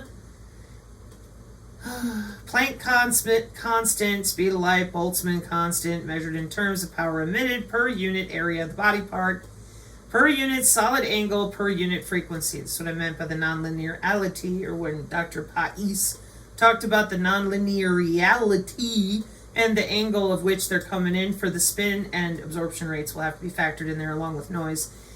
And we're just getting started. Although radiating in all frequencies, the main frequency of emission is defined by the temperature of the body and shifts as the temperature increases. At room temperature, most of the emission is in the infrared region of the electromagnetic spectrum, 30 terahertz to 450 terahertz. Actual black bodies do not exist in nature, and real materials emit radiation only at a fraction of an ideal black body's radiation. This fraction is described by a parameter called emissivity, which is equal to 1 for a perfect black body at constant temperature and lower than 1 for an actual physical body. A source with lower emissivity, regardless of frequency, such as the human body at 37 degrees Celsius, is referred to as a gray body. As the human sweat duct can be considered as an electromagnetic entity, one could expect an influence of the emission on the black body or gray body signal, oh good lord, in the mentioned frequency band. So now what do we have? Upper coil duct, same thing. Here's your sweat ducts to your electrical engineers. Wow. They don't know what they're doing, my precious babies. They're so stupid. Salary gains from COVID pain. Electromagnetic thick human skin model designed and simulated using CST Studio Suite Microwave Studio. Get me a model, get some library access, and log into that there body. On the middle and interior view, as can be seen, the coil duct is fully embedded in the epidermis layer, and the dermal duct is fully embedded in the dermis layer. The unit cell dimensions, this figure was generated, blah, blah, blah. Okay. So, because they are buried in the dermis and in contact with the capillary blood system at 37 degrees Celsius, in previous works we have shown that the alternating current conductivity of the duct's aqueous interior plays a major role in the value of the reflection coefficient. Therefore, the question begs, does the alternating current conductivity in the duct play a similar role in the emissivity, your emissions? However, the characteristic frequency of the duct, predicted by its geometry, it's woo-woo, it's spiritual, it's biological and anatomical because your body's electrical and magnetic. Yeah, I know, you'll get over it soon enough, and then hopefully you'll get curious instead of all freaked out. There would be a heightened absorption of the black body signal. This dependence on the spiral geometry of the duct is reminiscent of the absorption characteristic. Somebody wake this in or just they're asleep in the back. Of a helical antenna, almost like a low Q resonance. Narrowband notch filter, as was shown by our group. In our recent study, we present results that demonstrate the human black body is also having a marked contribution in the sub-millimeter region, previously not noticed. Furthermore, this contribution is sensitive to the physiological state of the subject, physiological, opening a possible remote diagnostic channel. Methods: human skin model, electromagnetic simulations. The electromagnetic human skin model is a three-dimensional stratified structure of the main two layers, dermis and epidermis, where the last is further divided into three sublayers. In total, the skin model consists of 4 layers of different tissues. It also includes 2 of the 3 parts of the sweat duct, the dermal duct, and the upper coiled duct. The skin model configurations are shown in Figure 4, and the dielectric properties applied to the human skin model are presented in Table 1. The monotonically increasing water content in the epidermis, evident in Figure 3, leads to a continual change in the effective dielectric permittivity as defined by, I would assume, equation 2. To simplify the simulation and reduce computational load, this layer was approximated by dividing it into 2 sublayers based on the average of the water content. In detail, the skin model layers, according to our internal notations, are. So one more time, those of you that still can't get over yourself, yeah, topology is a big deal, let me tell you. You're going to need to, because every single thing I'm reading you here, like electric field distribution simulated for all this different skin levels, measurements, subcutaneous, this is also why Russell Brand's magic pendants don't work for more than an hour or 2, okay? The biosignals, the molecular communication, and the way that we are using these systems, your haptic gear can be gone around as well. And nobody's living in a Faraday cage 24/7. That's why on the channel I don't lie to you about some magic pill. We gotta talk about this. They're under people's skin. You get it yet? Or do I need to read you 8 more paragraphs of how they're under your skin with all the electric fields and the permissivity and the emissivity? The electric field is a function of the distance in z direction throughout the skin model for a fixed phase, 145 degrees. Your Silent Hill nurses and Yetis are 180 degrees out of phase with human decency. The electric field is a function of distance in z direction. Well, let's see if we can find that. It'll be fun. There it is. Throughout the skin model for a fixed phase of 145 degrees and 9 different frequencies. The electric field is a function of the z-axis next to the 3D human skin model for perspective. The skin surface at L equals 1,537 the value of the input field, E, can be estimated inside the skin from the definition of the simulation for port power. Once the impedance mismatch at the port is taken into account, as a result, the intensity of the field in the skin is, there's your equation. However, in the real radiometric experiment, the reflected wave passes into the region Z of the body, and we have to assume that it would decay rapidly at the penetration depth. Thus, when comparing with experiment, we must assume that the energy of the field accumulated in the skin layer is completely absorbed and therefore can be equated to the grayness factor. Note that in simulations of wave propagation through the skin layer, its temperature, T, was accounted for. Yeah, Terra, one of the 5 main W-band protocols to ensure we don't overheat you. Where the measured brightness, temperature, and the radiometric experiment in vivo, place origin in situ, inside of you in vivo, is proportional to the skin temperature. Consequently, we compare the qualitative nature of both by their normalized values. Such comparison is shown in Figure 12. The black solid spheres are the measurement, the red solid spheres are the simulation results. The qualitative behavior of the simulation result follows closely to that of the radiometric measurements. Hang on. Figure 11. Where's that at? That's Figure 12. Figure 11, log scale of the electric field as a function of skin depth. Oh, they're completely lost. For real. In this work, we have presented an electromagnetic model of the human skin, which takes into account the skin multilayered structure in the sweat duct. For the first time, the dermal portion of the duct was considered. We conducted electromagnetic simulations in the frequency range of 500 gigahertz up to 700 gigahertz. The model reveals a complex interference structure of the electric field intensity in the skin. The body's not electrical. There's nothing happening with the skin. Those synergists need to explain themselves. We did. Can you read? You don't even have to. I'm reading for you. Okay. The model reveals a complex interference structure of the electric field intensity in the skin. In the dermis, this pattern is overlaid on a typical Beer's law absorption. In the epidermis, multiple reflections from the skin's surface and dermis-epidermis boundary lead to constructive interference. And that is watched with mitigation. Hardcore. Furthermore, we trace the origin of the field core blackbody radiation of the subject. As would be expected, the simulated grayness factor as seen from the skin's surface replicates the measured radiometry intensities of our subjects. We conclude that our simulation model is verified by experiment, lending confidence to the obtained interference patterns. References. Oh, this ought to be fun. Infrared thermal imaging in medicine. Clinical thermal imaging, IEEE biomedical. And facial complexion acquisition and recognition system for clinical diagnoses in traditional Chinese medicine, 2009. I'm trying to tell you. And medical applications of shortwave FM radar, remote monitoring of cardiac and respiratory motion, 2010. I'm going to blow that up for you. I want to make sure that we're nice and crystal clear for all the Yetis out there. We do know how to read. Do you know how to read? It says 2010. Okay. So, IEEE transactions at terahertz science and technology for the sub-terahertz emission of the human body under physiological stress. The modeling of absorbance of sub-terahertz radiation by human skin, IEEE terahertz again. The human skin is a sub-terahertz receiver. Does 5G pose a danger or not? 2018. Human skin has arrays of helical antennas in the millimeter and sub-millimeter wave range.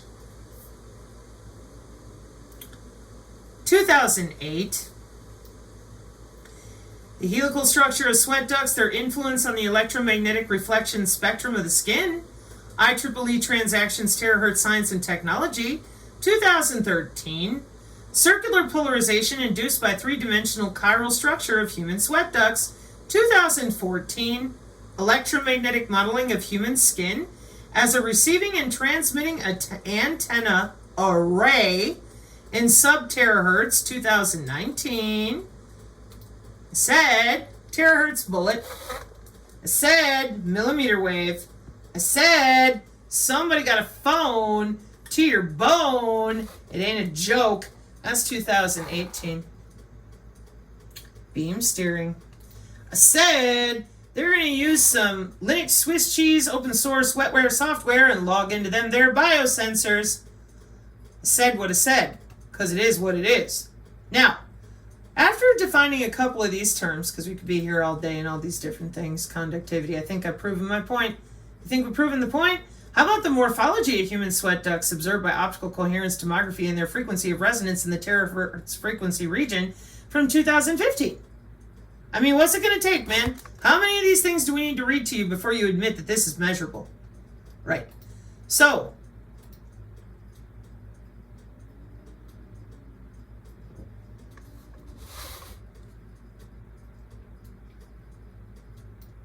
let's move that out of the way for now. We'll come back to that. Black body radiation is the thermal electromagnetic radiation within or surrounding a body in thermodynamic equilibrium with its environment, emitted by a black body, an idealized, opaque, non-reflective body. It has specific, continuous spectrum of wavelengths inversely related to intensity that depend only on the body's temperature, which is assumed for the sake of calculations and theory to be uniform and constant. A perfectly insulated enclosure, which is the thermal equilibrium, internally contains black body radiation and will emit it through a hole made in its wall, provided the hole is small enough to have a negligible effect upon the equilibrium.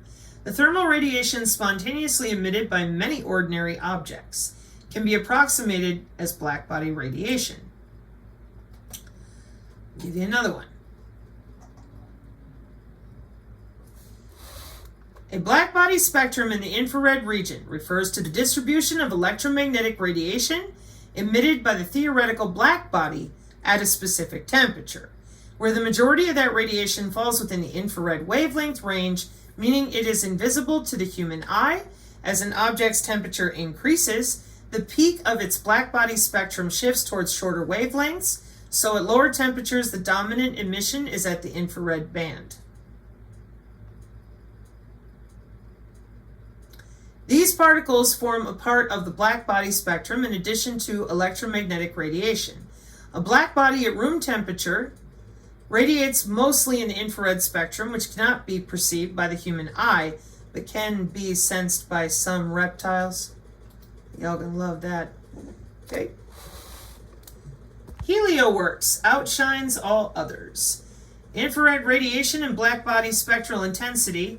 The infrared spectrum is an invisible portion of the electromagnetic spectrum that lies between approximately 750 nanometers and 1,000 micrometers. It is divided into several bands, including the near infrared, the short wavelength infrared, the mid-infrared, and the long wavelength infrared, and the far infrared. Thermal or black body emitters are characterized by their temperature and relative emissivity, which varies based on the material, surface condition, and other factors. The emissivity is defined at the ratio of the radiant intensity of the emitter to the radiant intensity of a true black body at the same temperature, and has a value between 0 for a non-emitter and 1 for a true black body. Emitters with an emissivity less than 1 are called gray bodies. Yeah, I know, we just went over all this. Isn't that nice? Black body spectra with human activity recognition radar. What comes up first? Remote sensing. Satellite remote sensing.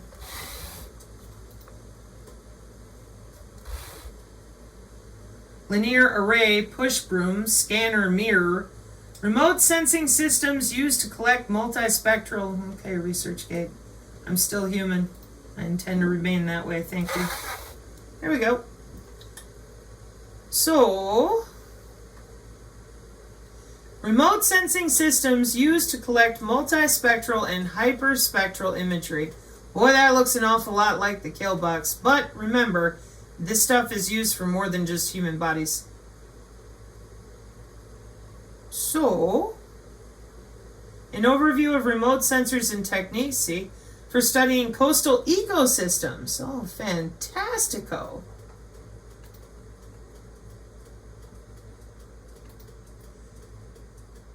Thermal, infrared, and remote sensing, an overview from Science Direct, for those of you that are interested.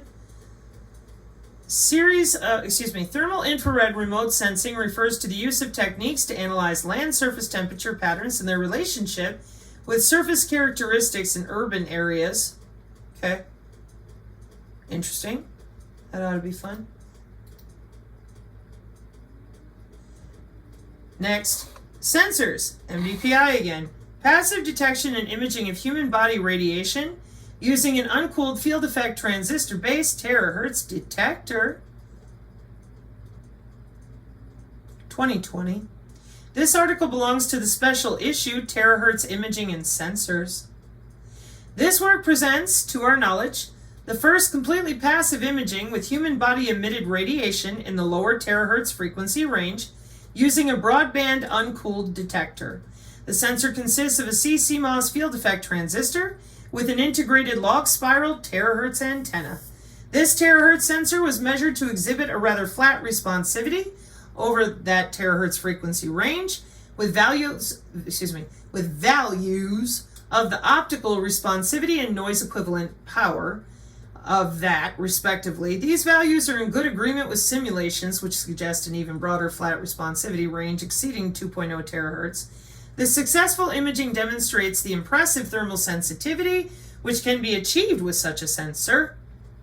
Recording of that centimeter squared sized image of the fingers of the hand with a pixel of 1 millimeter at a scanning speed of 1 millimeter per second leads to a signal to noise ratio of 2 and a noise equivalent temperature difference of 4.4 K. This approach shows a new sensing approach with field effect transistors as terahertz detectors, which are usually used for the active terahertz detection. Key words: passive imaging, human body radiation, terahertz detection, terafet, field effect transistor, terahertz. The recording of images of the human body in a passive manner, that is, using its own thermal radiation, is a well-established imaging modality in the infrared at wavelengths around 10 ohm, where the black body radiation of living beings is at its highest spectral intensity. At infrared wavelengths, detectors can be operated at room temperature toward longer wavelengths into the terahertz and sub-terahertz regime. The power of the Planck radiation drops strongly, and the consequence that unaided passive detection at room temperature, typically using bolometers and microbolometer-based cameras as sensors, is impractical.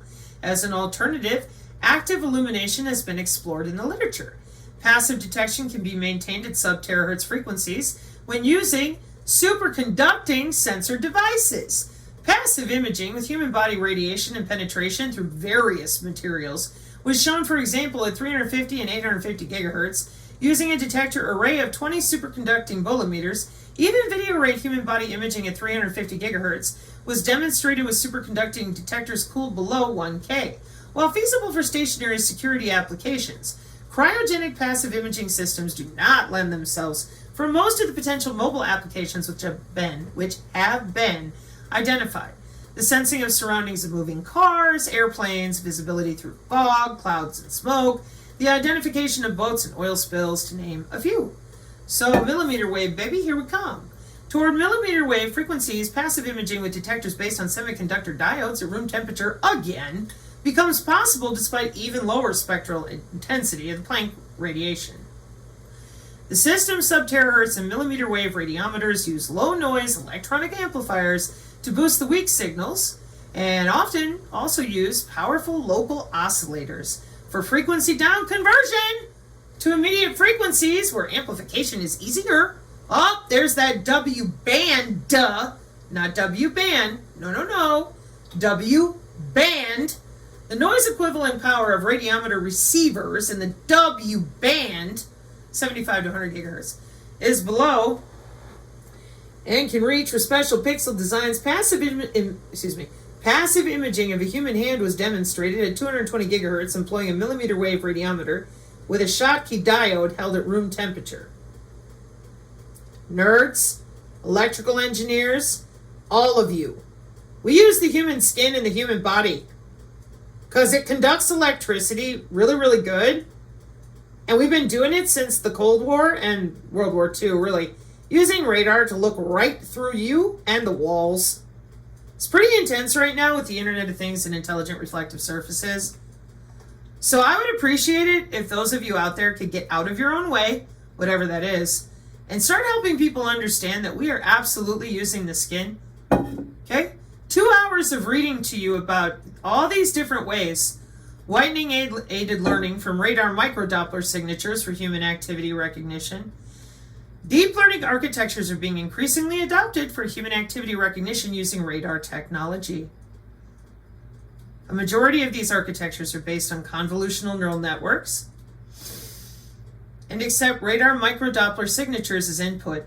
The state-of-the-art convolutional neural network-based models employ batch normalization,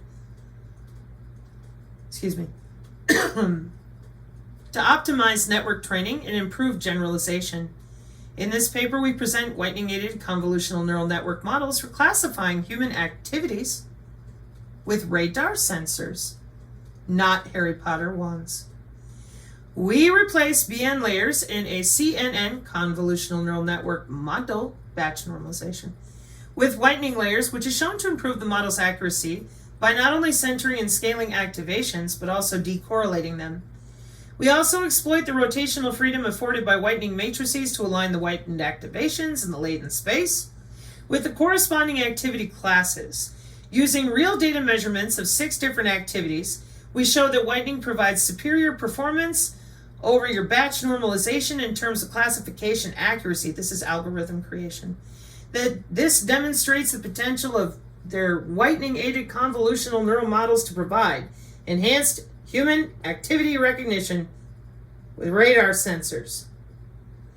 Whitening, convolutional neural network, human activity recognition. There's that Doppler again. And the deep learning, because we needed this. Introduction. Owing to its privacy-aware nature and robustness against a variety of operating conditions, radar technology is finding increasing applications in healthcare. It's the first sentence. I didn't put it there. They did. See how this works?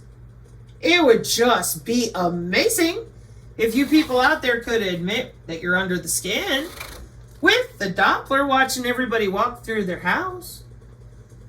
You're being hyperbolic. No, I just happen to know how to read. In 19, a 4-layer convolutional neural network-based activity classifier for them feature values in your machine learning algorithm written for your biofield was used with cepstral heat maps, which were computed from the real radar spectrograms by applying an optimized filter bank generated on a diversified simulation database. A flexible, deep convolutional neural network model was proposed to classify Doppler signatures of humans walking with different arm movements. Here comes our Bayesian learning technique used to optimize the network. Dot product attention, augmented convolutional autoencoder. That's those scatterers that we see in our favorite bingo paper where that Abrams tank got cankles.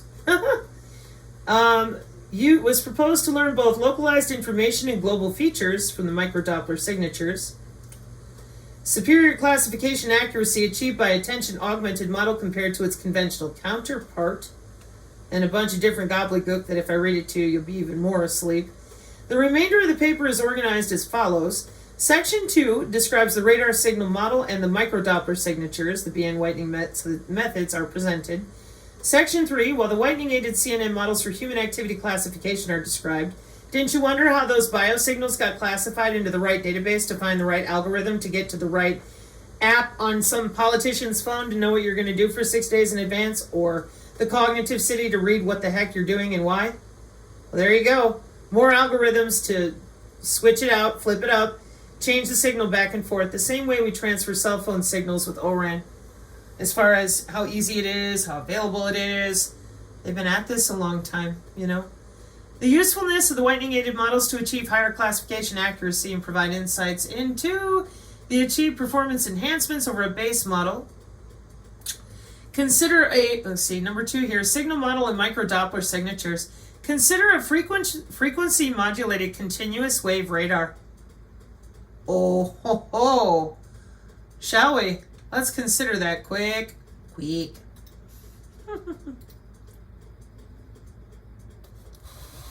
What's that? Here, let me type in the what is.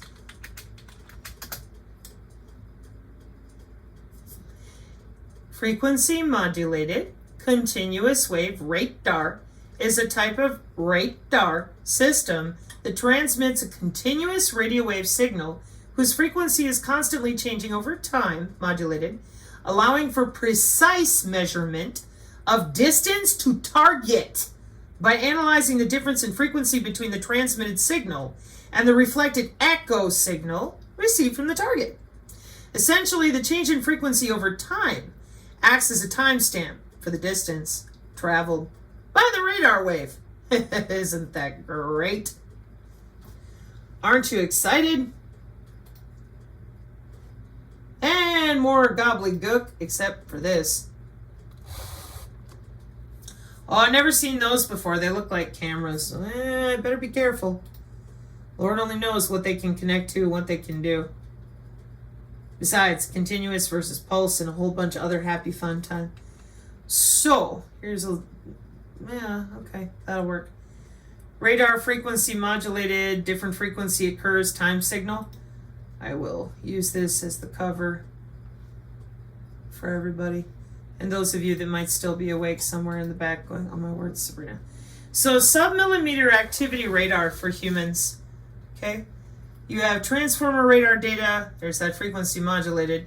Millimeter wave. Check this out. Multi-feature transformer. Let me zoom in for you. Multi-feature transformer-based learning for continuous human motion recognition with high similarity using that there millimeter wave.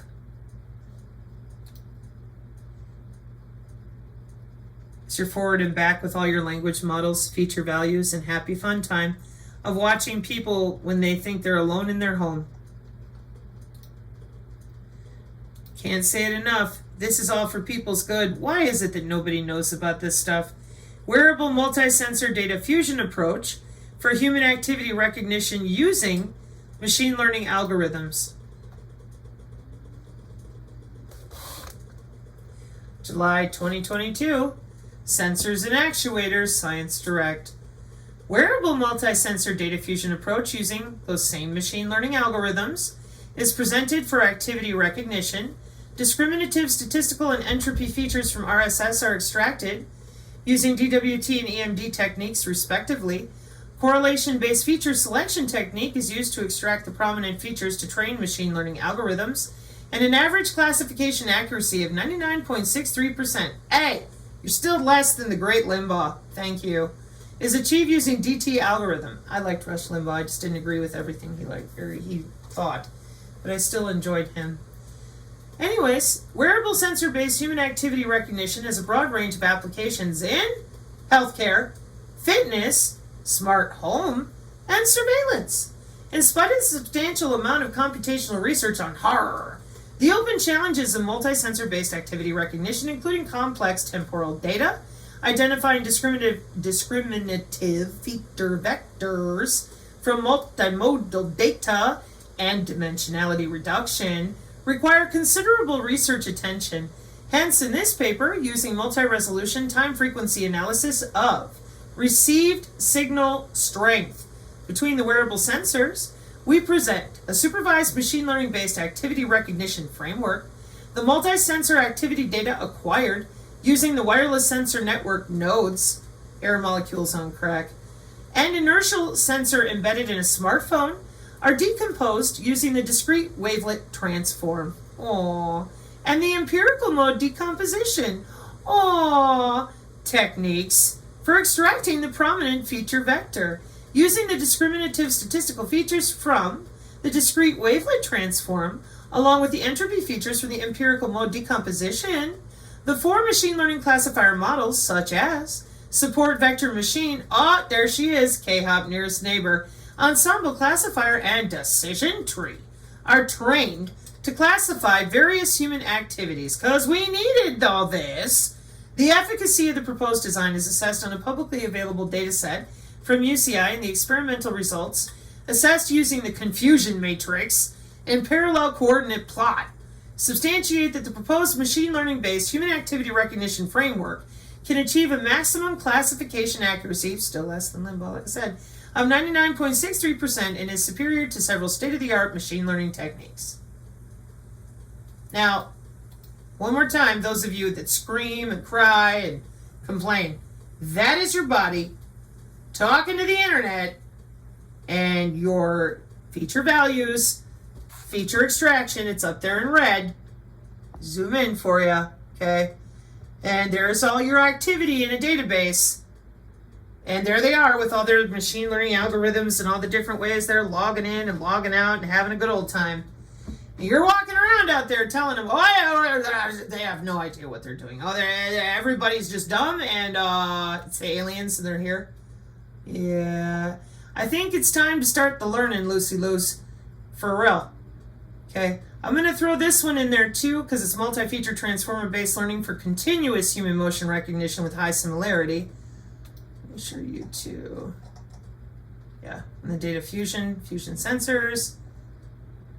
Doppler radar-based continuous human motion has recently attracted extensive attention, which is favorable choice for privacy, etc., etc.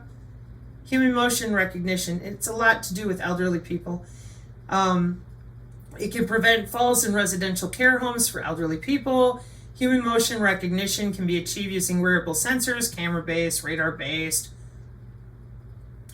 Due to the impact of the COVID-19, most people are increasingly accepting the use of contactless, radar-based methods to record human behaviors under privacy-preserving conditions. What would those be? Compared to wearable sensor-based techniques like your Locket, your Fitbit, and camera-based technologies, the key advantages of millimeter wave, frequency modulated continuous, what is that again? Where are you at? I want to make sure I'm right. This is what I mean by getting lost in all these acronyms. One more, yeah, frequency modulated continuous wave. Woofda. The key advantages of millimeter wave, frequency modulated continuous wave radar compared with LiDAR are that it is not affected by light and it is of low cost. Due to these characteristics, it is very useful to apply millimeter wave, frequency modulated continuous wave radar applications for automatic car driving and home care, especially for night care for the elderly. How nice is that, huh? What's it look like? Oh, there we are with our AI model, our encoder, multiple feature processing and continuous human motion recognition with that nonlinearity, and our angle sequence, range sequence. And this is raw data for those of you that were paying attention to the SIGINT stuff I read out. And this is where we close it up, folks, because that takes care of a whole big string of papers I've been trying to get to. And next time, we'll be back with that there machine learning. I'll throw this one in there too, just so you guys have it, because again, this is really for those of you that you need to get over yourself and understand in the last 2 decades, and this paper is 2023. Yeah, I'm going to have to come back and do this one differently. The importance of radar-based human activity recognition has increased significantly over the last 2 decades in safety and smart surveillance applications due to its superiority in vision-based sensing in the presence of poor environmental conditions. And down here in the introduction, that human activity recognition has made significant progress. This has been triggered and supported by the rapid development in semiconductor technologies, radar-based sensing, recognition, monitoring of patients, extending their applicability to subdomains, vital sign detection, latest developments in autonomous driving have impressively shown the enormous potential of radar-based automotive applications in human activity and security. There's that gesture recognition and safety-oriented car assistance. See how this works? And this will be another MDPI. So, and I think this is the last one. Yeah. Ultra-wideband gestures, public data set of dynamic hand gestures acquired using impulse radar sensors. And this is in 2021. In the past few decades, deep learning algorithms have become more prevalent for signal detection and classification. To design machine learning algorithms, however, an adequate data set is required. Motivated by the existence of several open-source camera-based hand gesture datasets, this descriptor presents ultra-wideband gestures, the first public dataset of 12 dynamic hand gestures acquired with ultra-wideband impulse radars. The dataset contains a total of 9,600 samples gathered from 8 different human volunteers. Ultra-wideband gestures eliminates the need to employ ultra-wideband radar hardware to train and test the algorithm. Additionally, the dataset can provide a competitive environment for the research community to compare the accuracy of different hand gesture recognition, HGR algorithms, enabling the provision of reproducible research results in the field of hand gesture recognition through ultra-wideband radar. 3 radars were placed at 3 different locations to acquire the data, and the respective data was saved independently for flexibility. And off we go into how we watch you walk through your house. We watch you when you think I think I'm not alone now. And that is also why, here finally in closing, here on the Synergy channel, we don't do conspiracy theory. We do information communication technology in places where it don't belong. Being under people's skin for this long, and did you see how long I was reading? That's a lot of math. Those are a lot of jobs. So let's get to cracking and try to find a way to talk about it. Mark 5:36. Amen.